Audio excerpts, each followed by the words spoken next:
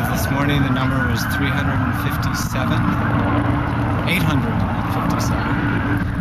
and we spent hours setting them up, and grateful that it was finished, and grateful that there was no rain, and the weather's been beautiful, and we've had nice crowds, and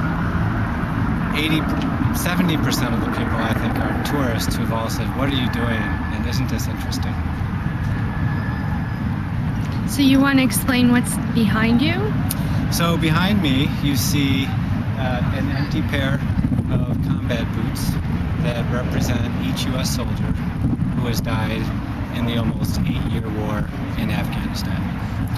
And the reason AFSC and military families speak out is here today is that everyone's terribly concerned about the decisions that lie before the new president.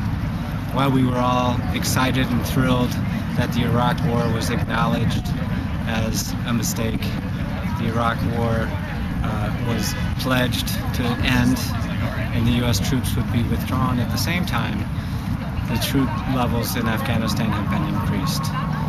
And now, I believe we're facing an uphill battle with tremendous momentum that will allow people easily to say, well, 40,000 more troops just might do it this time. We have a new general with a new plan who says we need more troops. The Congress has passed the largest defense spending bill in history, which increases year after year, every year. And the president has said this is a war of necessity, that this is the front to confront extremism. And so we're here as colleagues, as partners, as communities to say there are alternatives. The alternatives can work if they're given a chance. The United States has tremendous obligations to the people of Afghanistan.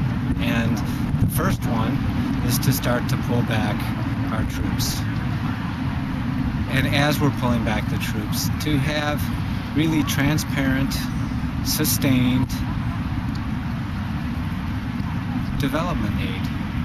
I was in Afghanistan in December last year, and I spent 2 weeks meeting with AFSC staff, Afghan NGOs, Afghanistan government leaders, European NGOs, and across the board, everybody said that the security situation is deteriorating, that as more foreign troops are sent in, levels of violence increase, and they said that the solution for bringing real stability to Afghanistan is to have a country like the United States showing what the rule of law looks like.